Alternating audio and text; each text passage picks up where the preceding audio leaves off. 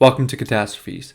This is a podcast about disasters, and today we are covering the potential volcanic eruption in Alaska, and then we're going to look at two places where some of the actions they are taking are making a significant difference and working, I guess you could say. So with that, today's episode is not intended to demean or diminish the experiences of people who are facing these events, but rather meant to explore, question, critique, and ask why disasters happen the way they do. So with that, let's begin.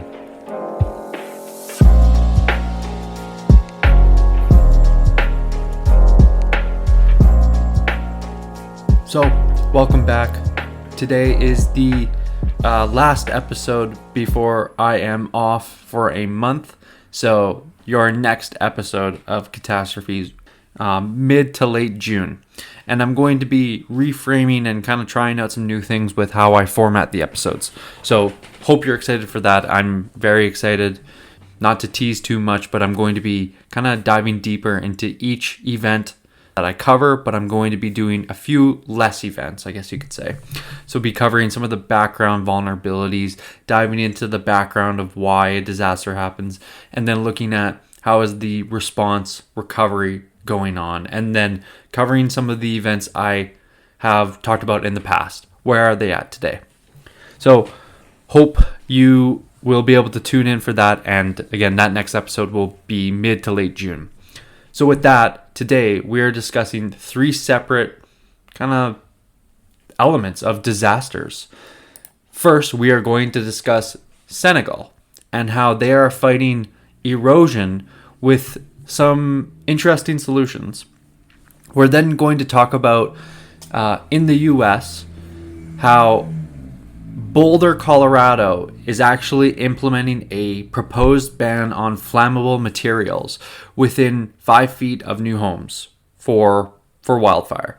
And it's really interesting what they're doing. And I felt both kind of these actions warrant their own discussion and their own space within today's episode. The last element we're going to discuss is the potential volcanic eruption within Alaska, and kind of covering some of the background factors into why the volcano itself is really interesting but very dangerous, and could have some pretty detrimental effects to the people who live in Anchorage, Alaska, among some of the surrounding communities. To begin, let's discuss the Senegalese actions to reduce erosion, and it's really interesting. So Senegal is in the west part of Africa.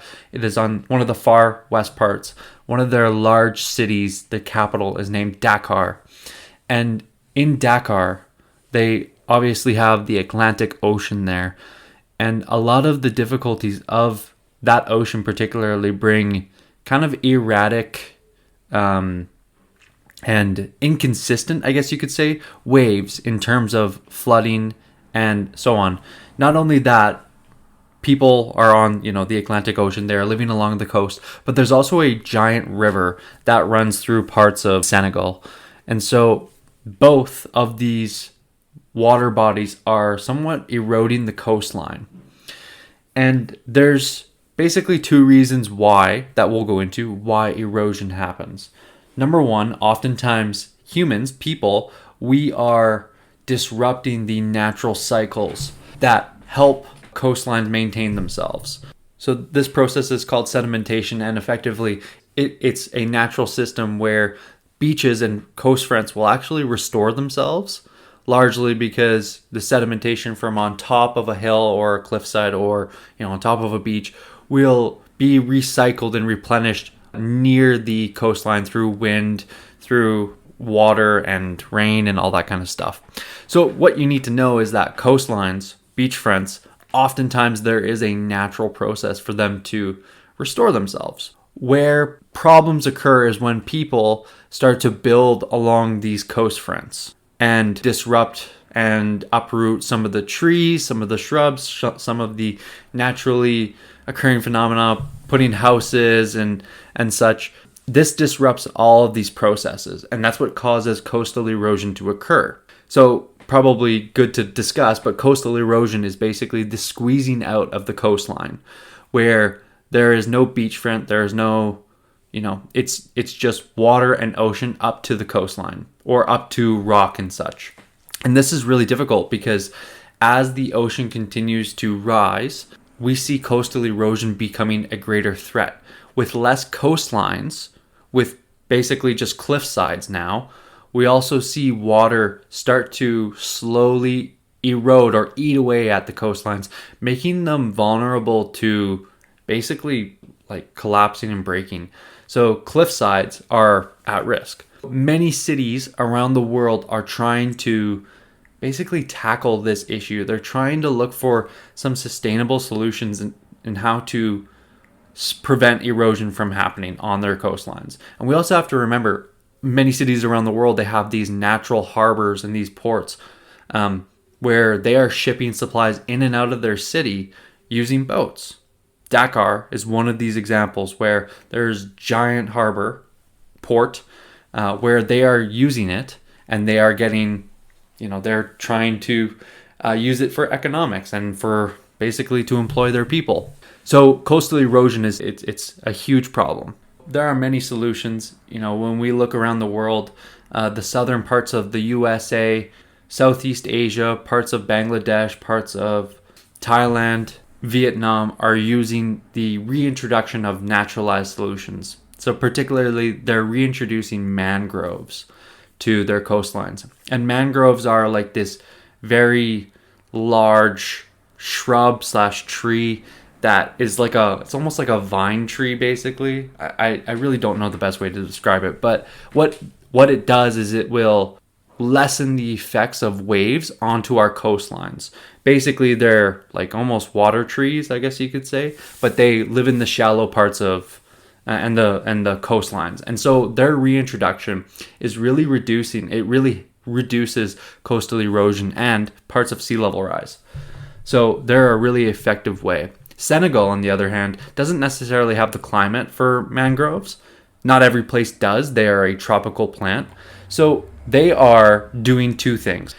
Permeable groins is what they're called, is something that they're introducing to their coastlines. Permeable groins are basically like they're giant sticks that go into the ocean or near the coastline. And what they do is they reduce the waves and the deposit of sand on to the beaches. And so they're effectively reducing the amount of erosion that is ongoing, largely because the waves don't have the same energy and force when they make it onto the beachfront. And this is a really interesting solution because it's really cheap. Like, these permeable groins are basically just wood from trees that is put it into the depths of the coast or near the coastline, and then it's reducing the energy of the waves, and they're really cheap. Like, people from communities can build one of these fairly easily. They're made out of sticks and palm leaves, like lots of renewable and easy to use kind of materials. So a really interesting way. But what is impactful is how they celebrate and how they are actually implementing this all along Senegal's coastline. They will implement these groins, which reduce that wave and kind of distribute it. Think of like a giant rock and how wave crashes on there. It kind of dissipates. Same thing with one of these. Except for Senegal, what they do is when they've put in one of these groins off the coastline, they have actually seen some of the coastline be regained. So far, 40 meters on the sea all along the coastline of about 1 kilometer have been regained. So what does that actually mean? The coastline that they've started to implement this project has actually been regained. They are not only kind of beating coastal erosion, they're actually getting some of their beachfront back. They're allowing those natural cycles to occur better, that sedimentation a little bit better. And as they have more beachfront, they're actually creating like a new secondary part of this project where they plant a coconut tree on the line or like in line with the permeable groin, and that symbolizes that the sea will not return to this point and that they're going to maintain it and that they're going to continue to try to prevent coastal erosion from occurring. So really interesting because it's a pretty cheap solution. There's a lot of benefits to it, and you're not losing your coastal front. You're not losing your kind of your beach front to any sort of sea level rise or coastal erosion. And when we think of like the outcomes, well, the difficulty of losing your coast front or your coastlines is you lose sometimes small scale agriculture. When you think of like the ocean washing up onto shore and what we call saltwater intrusion, where when saltwater gets into any sort of farms near a coastline, it instantly damages the soil. You really can't grow anything. So this is a really good project. You can utilize more land to help farmers, but then you also think about fishing. If you can make coastlines better to use, easier, you can improve the livelihoods of fishers, and you can ensure that your coastline isn't being squeezed out. So a really interesting solution and something I felt worth talking about today. The second kind of action I really wanted to highlight, it happened in April, late April, but Boulder, Colorado has implemented a new law, and I felt really worth talking about. So mid-April, the Boulder City Council gave the initial approval for new homes to have more hard rules about reducing wildfire risk, which is, for Boulder, one of their great risks. Too many flammable materials on and around houses, and so the city basically said, like, we need to be able to reduce this risk. So the proposal is actually trying to get people to think about, well, if I have flammable materials, I need to remove it, but then not allowing new builds to actually do any of that. And this looks really interesting in practice. Typically, a new home, and especially the newer homes we are seeing, they are much closer together. And that was always one of my critiques, or just some of the difficulties of rapid urbanization and more people moving to the cities, is as we build new houses, we're densifying quite a bit. There's not a lot of space between new houses and new builds, our fences, our backyards, our barbecues. So this new proposal states that any fence or gate within 8 feet of a home must be built from non-combustible material, and that surface of decks must be built with fire-resistant lumber.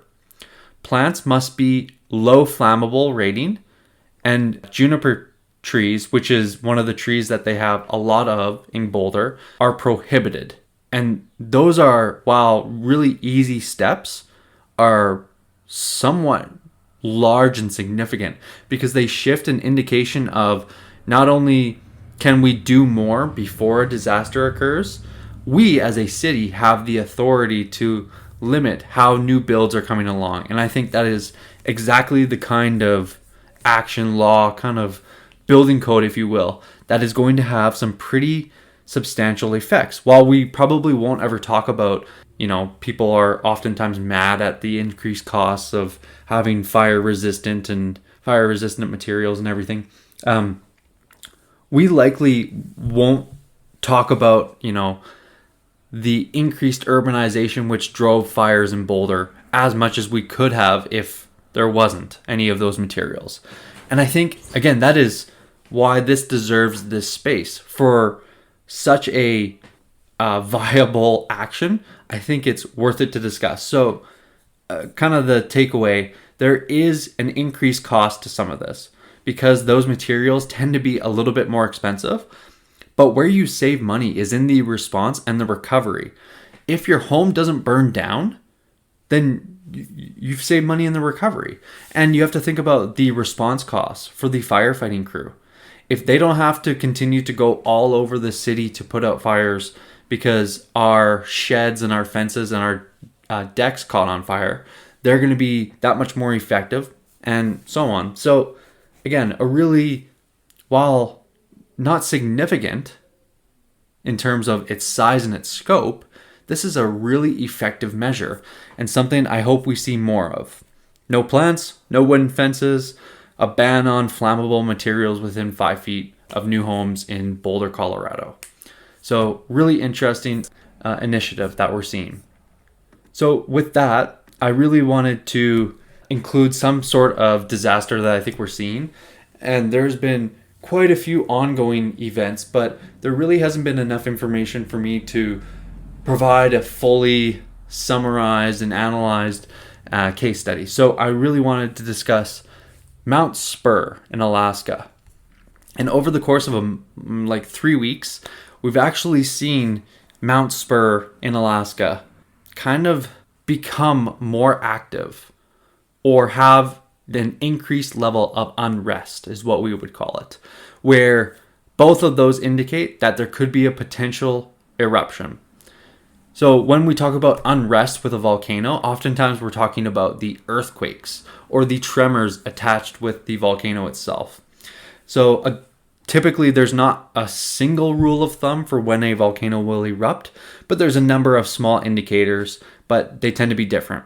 So for Mount Spurr, one of the indicators for them is particularly the number of small earthquakes that occur within a short amount of time. On May 2nd, we actually saw 73 recorded tremors, which is quite a lot. And sometimes, that will signal if a eruption is coming. Sometimes it just means that the volcano is becoming active and it may erupt in the future. We don't know. But many of the newspapers are saying that, well, this could be the sign that it's going to erupt tomorrow. But again, I like to think volcanic eruptions and volcanoes becoming active is more of a marathon where we see series of times where it's really active and it is erupting, and other times where it's still active, but it's not going to be erupting tomorrow. And I think, again, Mount Spurr, it could very well erupt tomorrow or today for all that matter. And then it might have a few more days where it's very active. But over the course of the next 6 to 10 months, we could see a few times where there's some eruptions. The last time Mount Spurr erupted, and I think this is relevant because it has its own history, 1953 and 1992. So the eruption profile for Mount Spurr is what we call explosive, where it's kind of like you think just out of like the movies, big eruption from the top of the volcano and it's going to shoot ash, going to have these big ballistic blocks. And that very well could happen. Really the difficulty for Anchorage, which is around 80 miles away, is that there are 300,000 people there, but the difficulty for them is how much of the ash is going to come their way. And that's one of the difficult components, because ash and the basically plumes of ash, if the wind is coming their way, can be very disruptive to a lot of the economics of just any town, particularly Anchorage, because they are somewhat isolated. It would force a shutdown of the airports, but then also it could have a couple of chain effects or secondary effects to the fishing and wildlife and to the kind of natural environment around. Those are the effects to like the actual ecosystem around. But when we think of like ash as a whole and some of the direct effects, it can increase respiratory diseases if you don't have a mask. And I saw an interesting article not too long ago about people preparing for the possible eruption by getting their pets kind of face masks in case they have to go through, the ashfall. And so that's just one of those preparedness elements where if people are prepared, not only your kids or your family, but also your pets, you're going to probably be that much more prepared, and you might not see the same effects as somebody who isn't as prepared. So ashfall is really one of the damaging components of this volcano. The other two are really interesting. So we know that some earthquakes could occur, and Anchorage does have a lot of older buildings. So there is the potential if the earthquakes are large enough to do that, but oftentimes they tend to range from like 2 to 6 in terms of their magnitude. So typically not shaking enough where they're going to topple, large buildings, but you never know. The really difficult element of a volcanic eruption is oftentimes the instability and how it can cause these mudslides and these avalanches. So not only will the ash kind of shoot wherever, if it could be shooting closer towards Anchorage, we also see that mudslides and avalanches as a part of the volcanic eruption can be really disruptive and can sometimes be one of the primary drivers of the damages of a volcano. And so that is one of the things that I think people around this volcano, Mount Spurr, are worried about, that if it does erupt, we could be, far outside of its radius, but we could see small earthquakes which drive landslides, which drive avalanches. And as a whole, from what it appears, the basically state of Alaska has a number of different plans for isolation and being able to evacuate their 300,000 people or shelter in place, depending on how they're going to proceed to act. That is going to be something I cover next time in mid-June, depending on what is ongoing.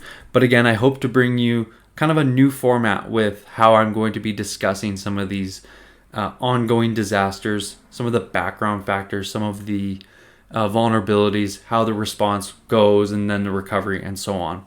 But felt today, I just wanted to talk about some of the ongoing actions that are somewhat working around the world and reducing some of the disasters that we may see. But then also, talking about a possible volcanic eruption while I am away. So with that is all I got for today.